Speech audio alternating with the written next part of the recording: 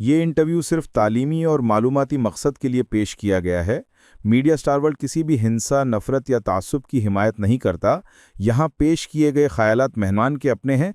Channel उनसे ज़रूरी नहीं कि इत्तेफाक रखे। हेलो, नमस्कार, आदाब, सत श्री अकाल और अस्सलाम वालेकुम। मैं हूं मोहम्मद अहमद काज़मी, लेकर आया हूं आपका पसंदीदा कार्यक्रम आपके रूबरू।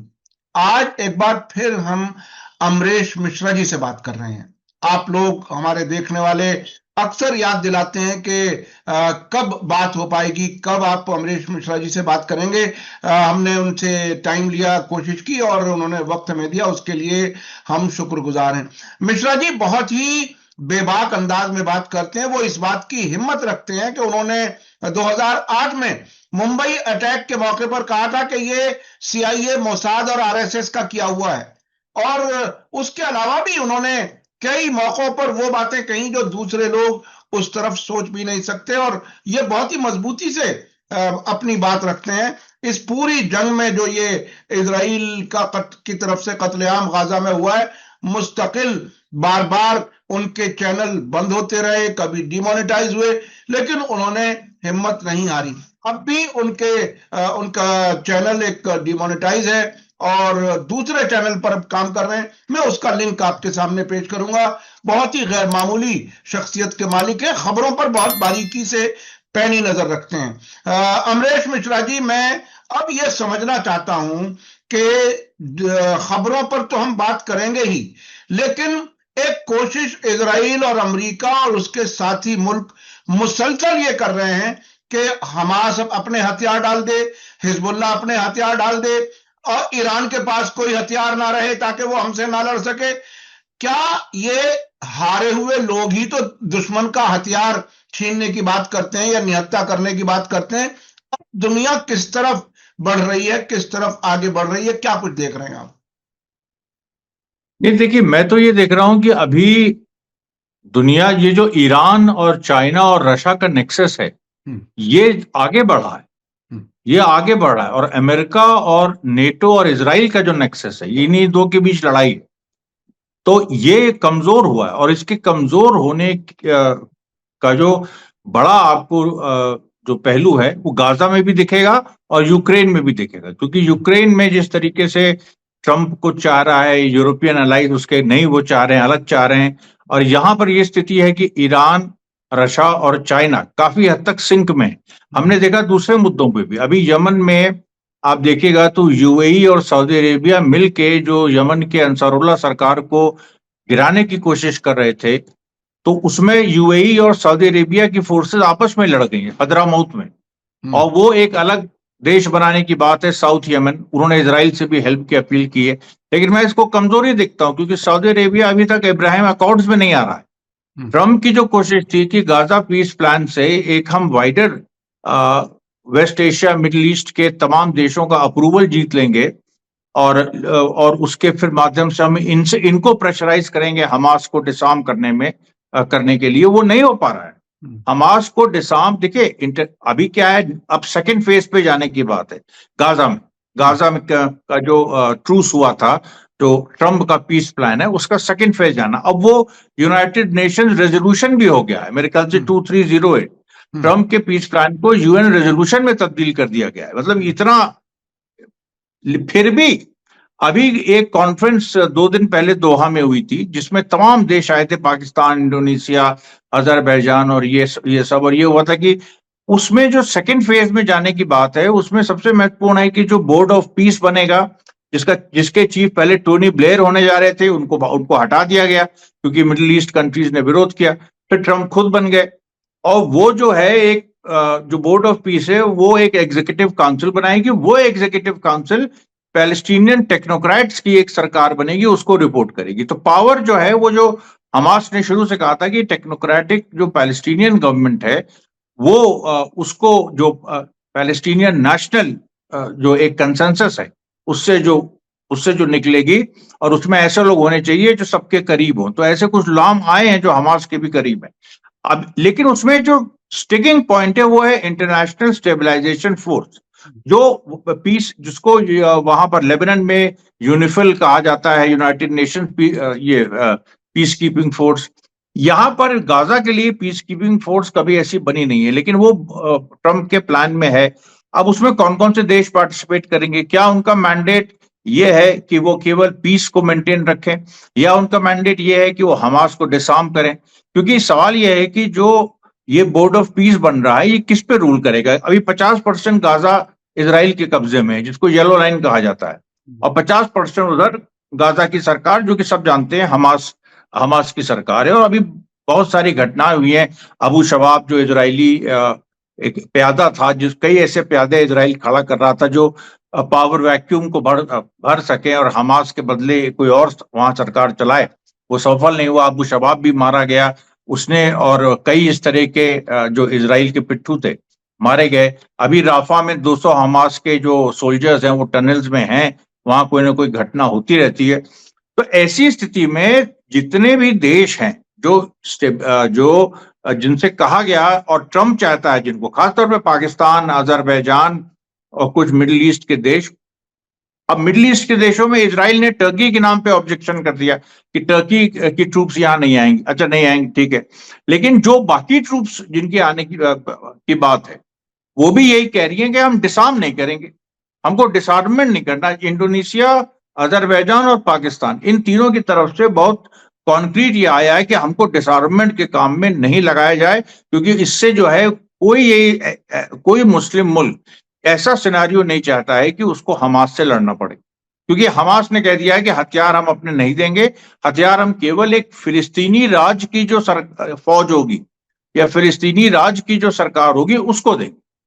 ये पूरी बात, बीच में बहुत सारे कॉम्प्रोमाइज फॉर्मूले आए कि वो जो नॉर्दर्न आयरलैंड में 1990s में हुआ था कि जो आयरिश रिपब्लिकन आर्मी थी उसको डिसआर्म किया गया था, तो उसको डिसआर्ममेंट नहीं, उसको डिकमिशनिंग कहा गया था। यानी वेपन्स जो हैं वो कुछ रख सकते हैं अपने पास, लेकिन मिसाइल वगैरह जो घातक जो वेपन्स हैं वो दे दें।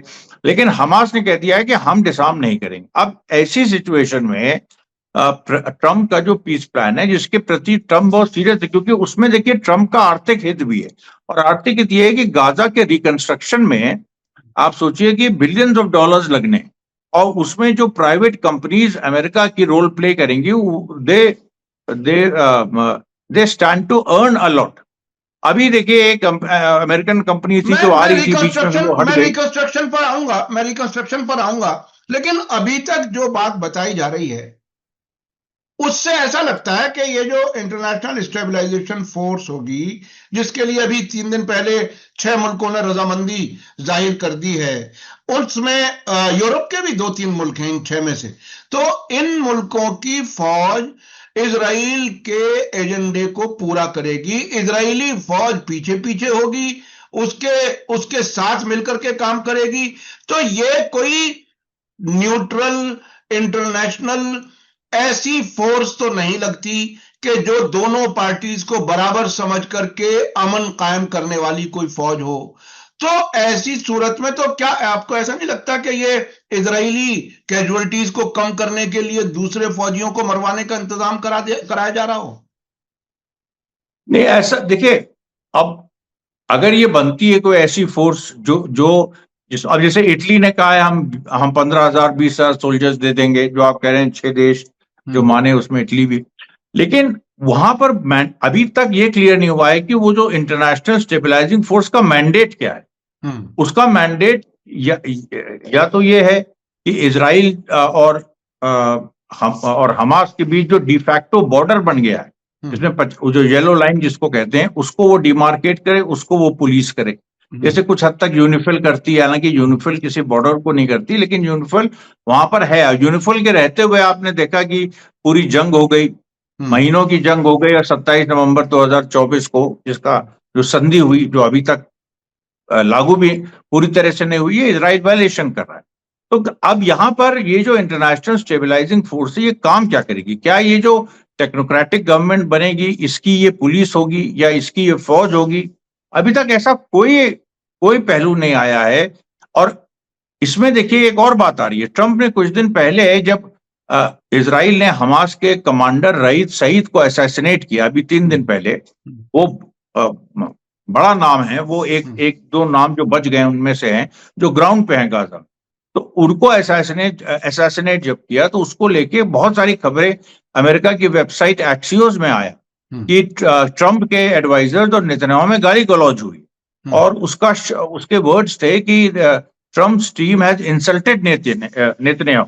अब जेड कुशनर उसमें है, विटकॉफ हैं, जो भी हैं, उन्होंने नेतन्याहू को इंसल्ट किया, ये पूरी बात है। फिर ट्रंप का क्लैरिफिकेशन आया कि नहीं ऐसी कोई बात नहीं है, लेकिन ट्रंप नाराज था। अब देखिए, पहली बार ऐसा हुआ है कि हमास के कमांडर के मारे जाने पे ट्रंप नाराज है। इसके पहले कतर पे जो हमला किया था हमास पे, उससे ट्रंप नाराज हुआ, बल्कि उसी के बाद ही गाजा में ये युद्ध विराम लगा। अब जो ट्रंप नाराज है, इसको नेतन्याहू को डर यह है कि इजराइल को ये और पीछे हटने को ना कह दे, कि इजराइल और पीछे जाए। और पीछे जाने का मतलब है कि वो येलो लाइन भी छोड़ दे, और मतलब बिल्कुल जो गाजा और इसका इजराइल का जो बॉर्डर है वहां तक वो चली जाए, जहां पर उन्होंने वॉल बना रखी है, वो सब वहां तक वो रिट्रीट कर जाए। ऐसी भी स्थिति हो सकती है, ये किसी भी तरफ पासा पलट सकता है, क्योंकि ट्रंप ये देख रहा है कि देखिए, रिकंस्ट्रक्शन की बात इंपॉर्टेंट इसलिए है क्योंकि ट्रंप के कैलकुलेशन में वो अब आप सोचिए, अभी तक जो है वो ठीक से कोई एड पहुंची नहीं है, 10% भी नहीं पहुंची। अब अगर एड पहुंचाना है तो 6000 ट्रक रोज जाएंगी, हर ट्रक पे $2000 का खर्च, मतलब वो जो भी कंपनी उसको चलाएगी वो $2000 हर ट्रक पे कमाएगी। अब ये जो $2000 कौन देगा ये नहीं पता, इसके बारे में कोई आइडिया नहीं है। जो घर आएंगे, प्री फैब्रिकेटेड होम्स आएंगे, ये आएंगे, वो कहां से आएंगे, चाइना से आएंगे, क्या होगा वो अभी कुछ पता नहीं। तो मुझे लगता है कि ये इंटरनेशनल स्टेबलाइजिंग फोर्स कभी बन नहीं पाएगी, और अगर बनी भी तो वो उधर ही रहेगी, इजराइल मतलब आईडीएफ के पीछे ही रहेगी। आईडीएफ के आगे अगर वो आ गई तो उसका कन्फ्रंटेशन हमास के साथ फिर तय है, और उसके बाद फिर एक दूसरी तरह की जंग शुरू हो जाएगी। अच्छा, तो ये देखिए, आपने ट्रंप के नाराज होने की बात कही। ट्रंप नाराज हैं, नेतन्याहू से गुस्सा किया अमेरिकन ऑफिशियल्स ने, इस किस्म की खबरें आई। इस बीच में एक वीडियो सामने आई है जिसमें ट्रंप ये कह रहे हैं कि अब एक जमाने में इजरायली लॉबी अमेरिका में सबसे मजबूत लॉबी होती थी, लेकिन अब वो कमजोर हो गई है, कांग्रेस में बहुत कमजोर हो गई है इजरायली लॉबी। एक दूसरे साथी उनके साथ बैठे हुए कह रहे हैं कि ट्रंप सबसे पहले अमेरिकी ज़ायनिस्ट प्रेसिडेंट है अमेरिका के। तो ये कंट्राडिक्शन, क्या अंदर से ट्रंप इजराइल को बहुत पसंद करते हैं और उसे फ्लरिश होता हुआ देखना चाहते हैं, या ये सिर्फ कारोबारी है और जिस महफिल में होते हैं वहां के लोगों को खुश करने जैसी बातें करते रहते हैं? आप क्या समझे अभी तक ट्रंप की ये जो इस किस्म के जो बयान आते हैं, तो इसके माने क्या है?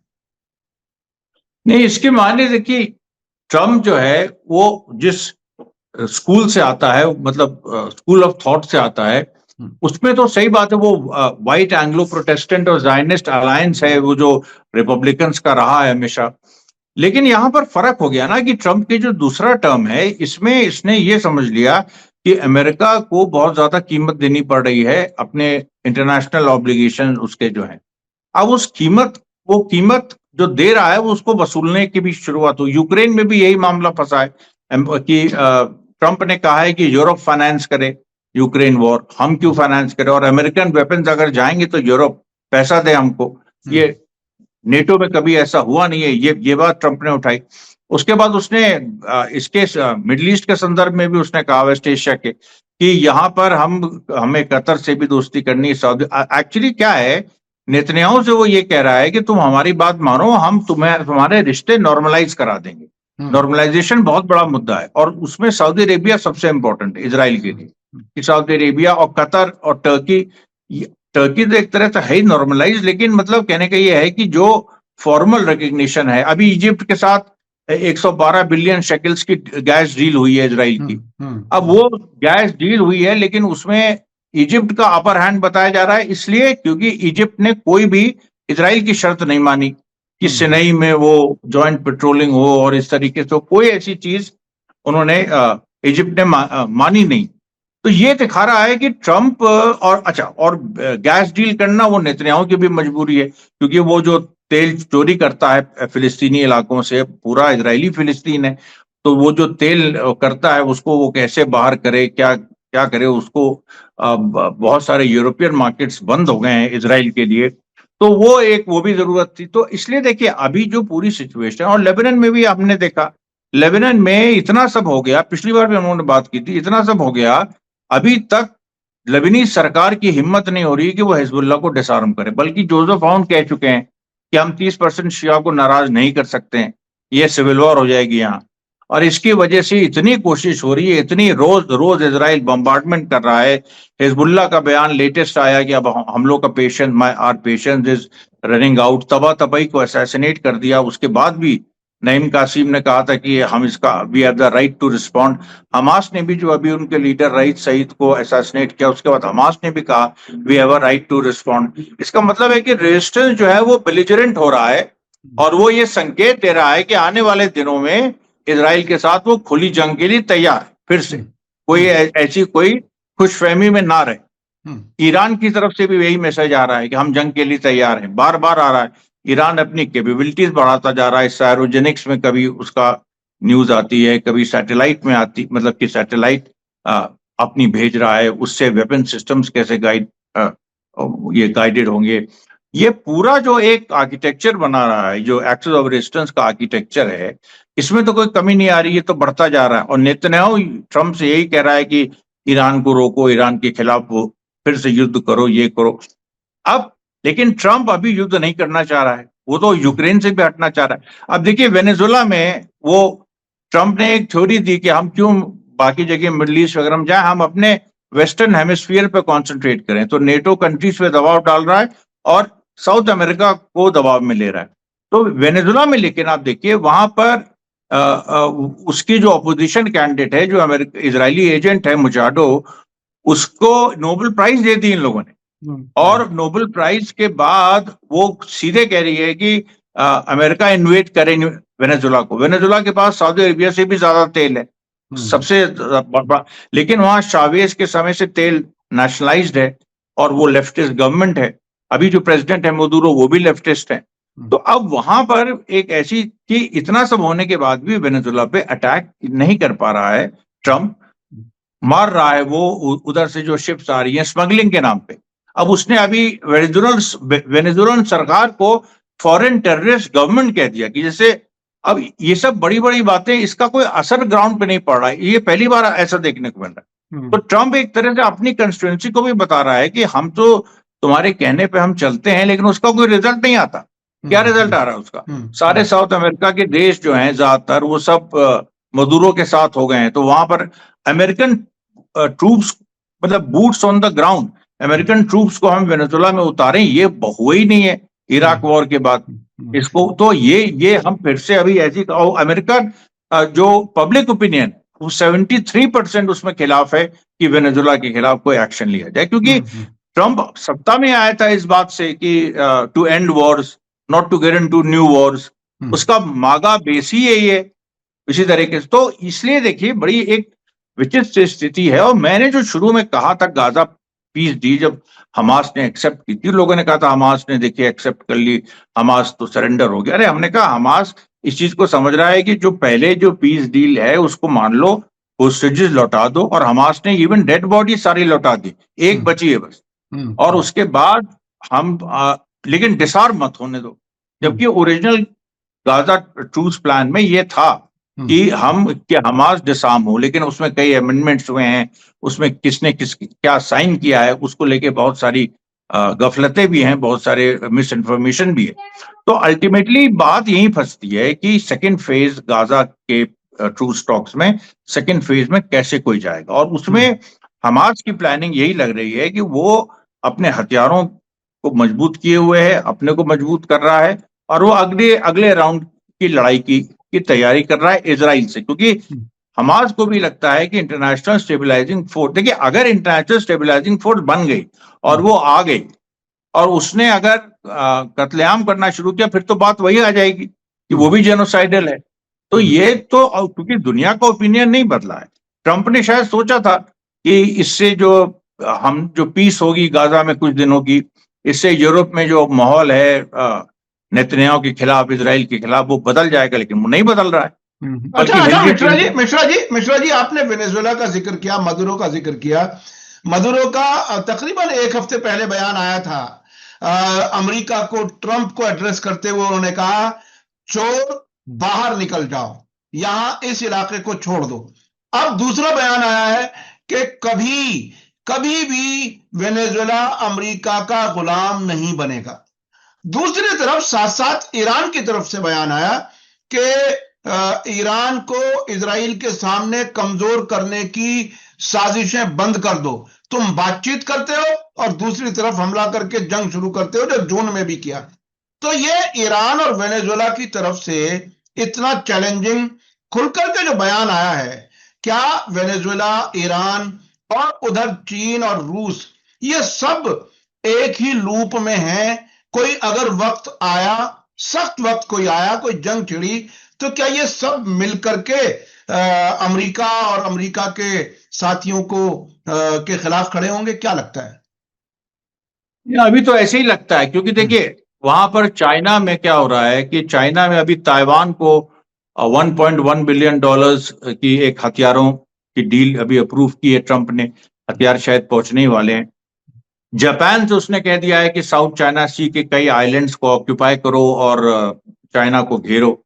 चाइना उसके खिलाफ नई नई टेक्नोलॉजी, वो भी नए नए जो, अब ये अभी देखिए अमेरिका के जो डिफेंस मिनिस्टर, एक कह लीजिए, या डिफेंस सेक्रेटरी पीट हेग्सेट, जो कि इतना सब अग्रेसिव रहते हैं और बहुत हॉकिश रहते हैं, तो पीट हेग्सेट ने अभी एक हफ्ता पहले एक उनका इंटरव्यू आया था जिसमें उन्होंने कहा था कि भाई अमेरिका जो है वो चाइना के साथ जो युद्ध में अमेरिका का डिसएडवांटेज है, क्योंकि अमेरिका हाइपरसोनिक मिसाइल्स की तरफ ज्यादा नहीं गया है। ईरान और चाइना जो चले गए और रशिया चला गया, और अगर अमेरिका के पास की ताकत है उसके एयरक्राफ्ट कैरियर्स, उसकी सबमरीन्स, उसके टैक्टिकल वेपन्स, जिसमें न्यूक्लियर टैक्टिकल वेपन्स भी हैं।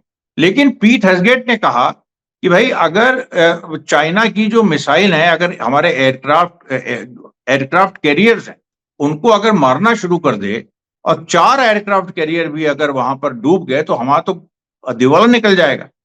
तो पूरी की पूरी, तो ये 4 एयरक्राफ्ट कैरियर्स के ढहने का मतलब है कि आपके कितने सारे प्लेन्स उसमें हैं, होते हैं हर एयरक्राफ्ट कैरियर में, और वो सब खत्म हो जाएंगे, उसका हथियार। तो उसने कहा कि, और इंटरेस्टिंग बात आपको बता, ये उसने क्यों कहा? उसने इसलिए कहा, उसने कहा पेंटागन में हम लोगों ने वॉर सिनेरियो सिमुलेट किए, आर्टिफिशियल इंटेलिजेंस से हमने वॉर सिनेरियोज बनाए, और हर वॉर सिनेरियो में अमेरिका हार जाता है। ये उसने कहा। अब आप बताओ, अमेरिका को अपनी हार नजर आ रही है। अच्छा, इस दरमियान जो ये ईरान वाला जो खेल है, देखिए ईरान अपने यहाँ पूरी क्लैरिटी रखता है। 1979 में जो इस्लामी इनकलाब आया, जो रेवोल्यूशन आई, क्रांति जो आई, उसके बाद उनकी फॉरेन पॉलिसी में एक कंसिस्टेंसी है। वो एक दो बातें, बिल्कुल जब सोवियत यूनियन था तो मैं ईरान जाता था तो वहां जो नारे लगते थे, अमेरिका मुर्दाबाद, सोवियत मुर्दाबाद, इजराइल मुर्दाबाद, और दो बातें बहुत ही कॉमन कही जाती रही हैं जो आज भी कहते हैं, अमेरिका सबसे बड़ा शैतान है और इजराइल नासूर है, कैंसरस नासूर है, इसको उखाड़ फेंकना जरूरी है। तो इस क्लैरिटी के साथ वो एक्सिस ऑफ रेजिस्टेंस को लीड कर रहा है।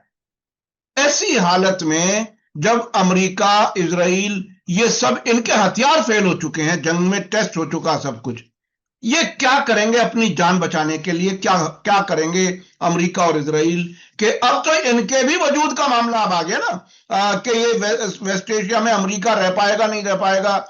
इनके जो जंगी बेड़े यहां रहते हैं, इनके जो छावनियां बनी हैं कई मुल्कों में, ये सब एक तरह से खतरे में आ रही हैं। क्या कर सकते हैं ये ताकि ईरान वाला खेल फेल हो जाए? नहीं, देखिए ईरान का तो मुझे नहीं लगता अभी फिलहाल, ईरान से जो इन लोगों का जो प्रेशर पहले ये ईरान पे डालते तो वो भी अब उस तरह से नहीं डाल पा रहे हैं, क्योंकि ईरान ने अपनी डिप्लोमेसी भी बहुत शार्प कर दी है। अब सऊदी अरेबिया, मैं यमन की घटनाओं से मुझे बड़ा अजीब लगा कि आप सोचिए कि Saudi Arabia, UAE, Israel, America, ये सब एक ही कैंप के लोग हैं। और यमन में अंसरुल्लाह सरकार को हराना, ये सबका गोल है, क्योंकि अंसरुल्लाह सरकार ईरान के साथ है, एक्सिस ऑफ रेजिस्टेंस के साथ है, और उसने फिलिस्तीन में बड़ा अच्छा रोल भी प्ले किया, फिलिस्तीनियों की मदद की। अब इस सवाल पे सऊदी अरेबिया की सऊदी अरेबिया बैक जो गवर्नमेंट एडन में थी, अचानक एक जिसको प्रेसिडेंशियल लीडरशिप काउंसिल कहा जाता था, अचानक सदर्न ट्रांजिशनल काउंसिल उभर गई जो यूएई द्वारा बैक्ड है, और वो उन्हीं एरिया को कब्जा कर रही है जो सऊदी अरेबिया ने किया। अब सऊदी अरेबिया और अंसारुल्लाह ने कह दिया कि it is a fight between two occupiers. अब इस ऐसी स्थिति में कोई मुझको बताए, सऊदी अरेबिया को साधना ये एक बड़ी अमेरिका का गोल है कि सऊदी अरेबिया को इजराइल से नॉर्मलाइज कराना, क्योंकि ट्रम्प ये कह रहा है कि भाई इजराइल के हितों की रक्षा मुझसे बेहतर कोई नहीं कर सकता, और नेतन्याहू से भी बेहतर मैं कर सकता हूं, ट्रम्प। तो अब जब सऊदी अरेबिया को तुम वहां पर जाके यूएई में फंस गया, सऊदी अरेबिया यमन में फंस गया है, और यमन में वो इधर ईरान के साथ उसकी बातचीत चली रही है पैरेलल। सऊदी अरेबिया तो ट्रैक 2 डिप्लोमेसी इस समय कर रहा है, वो तो अमेरिका के साथ तो है ही बातचीत और सब कुछ, लेकिन वो साथ साथ सऊदी अरेबिया के साथ भी बातचीत कर रहा है, ईरान के साथ भी बातचीत कर रहा है। F-35 प्लेन्स जो अमेरिका को बेचने थे सऊदी अरेबिया को, उसमें सऊदी अरेबिया कह रहा है कि हमको वो वाले मत दो जो इजराइल को दिए, वो वाले मत दो जिसमें कभी भी उसका सिस्टम अमेरिका शट डाउन कर सकता है। तो ऐसी जो पूरी परिस्थिति है उसमें मुझे तो लग नहीं रहा है कि मिडिल ईस्ट में ट्रम्प कहीं से भी अपर हैंड है, ये पीछे हट रहा है मिडिल ईस्ट से। यूक्रेन में भी फंस गया है, यूक्रेन में भी यूरोप ने ऐलान कर दिया कि सन 2029-2030 तक हम मोबिलाइज करेंगे, जर्मनी को रीमिलिटराइज करेंगे, हिटलर के देश को रीमिलिटराइज करेंगे, और फिर हम रशिया से लड़ेंगे। तो अब जब ऐसी बातें हो रही हैं तो ट्रम्प कह रहा है अच्छा ठीक है, हम अपने वेस्टर्न हेमिस्फीयर पे कॉन्सेंट्रेट करेंगे। वो खिन्न भी है, अब वो उसकी खिन्नता नेतन्याहू से भी है, यूरोपियन लीडरशिप से भी है, लेकिन रशिया और चाइना से नहीं है, क्योंकि रशिया को वो ये समझ रहा है कि रशिया से डील हो सकती थी या हो सकती है अभी भी, और ये लोग होने नहीं दे रहे हैं। अच्छा, तो अभी देखिए सर, इस दरमियान ये जो आपने हल्का सा रेफरेंस के तौर पर मिस्र और इजराइल के बीच में जो गैस की डील हुई है उसके बारे में बात की। देखिए, मुझे याद है 2011 के आसपास जब वो हुस्ने मुबारक की सरकार जब गिरी और मुस्लिम ब्रदरहुड की सरकार बनी, उस वक्त बाकायदा गैस इजराइल जाता था मिस्र से। अब इजराइल से मिस्र खरीद रहा है, ये बिल्कुल उल्टी गंगा बह रही है, और वो एक अजीब एक आर्टिफिशियल सा खेल नहीं लगता आपको कि वो इजिप्ट जो बाकायदा एक्सपोर्ट करता था गैस, अब वो इंपोर्ट करने की हालत में आ गया। अमेरिका से दोस्ती का मतलब उन पर पूरी तरह से डिपेंडेंसी ही होता है। अच्छे खासे ठीक ठाक चलते हुए मुल्क को अपंग बना दिया। आपको क्या लगता है, ऐसा नहीं है? नहीं, ऐसा है काफी हद तक, क्योंकि इजिप्ट की इकोनॉमी बहुत ज्यादा क्राइसिस में है। पाकिस्तान की तरह उसकी स्थिति कभी भी हो सकती है कि आईएमएफ बेल आउट उसको लेना पड़े, और उसकी और एक्सपोर्ट्स वगैरह से जो अर्निंग थी वो आधी हो गई। अब उसको इंपोर्ट करना पड़ रहा है, और इस इंपोर्ट को वो एक्सपोर्ट करेगा, ये भी है उसमें। इस इंपोर्ट को वो उसका एक हिस्सा उसके डोमेस्टिक कंजम्पशन के लिए जाएगा, और एक हिस्सा उसको वो एक्सपोर्ट करेगा, और इसमें कहीं ना कहीं ट्रम्प का भी आर्थिक फायदा है।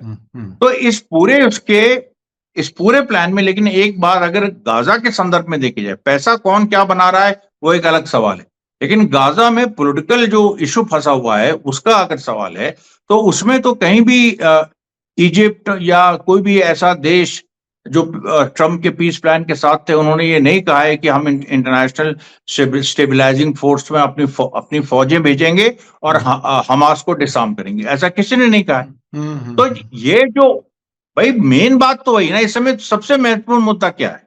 इस समय सबसे महत्वपूर्ण मुद्दा पूरे ये मिडिल ईस्ट में वो ये है कि हमास का डिसआर्ममेंट, उसके बाद है हिजबुल्लाह का डिसआर्ममेंट, और फिर है ईरान का न्यूक्लियर डीन्यूक्लियराइजेशन।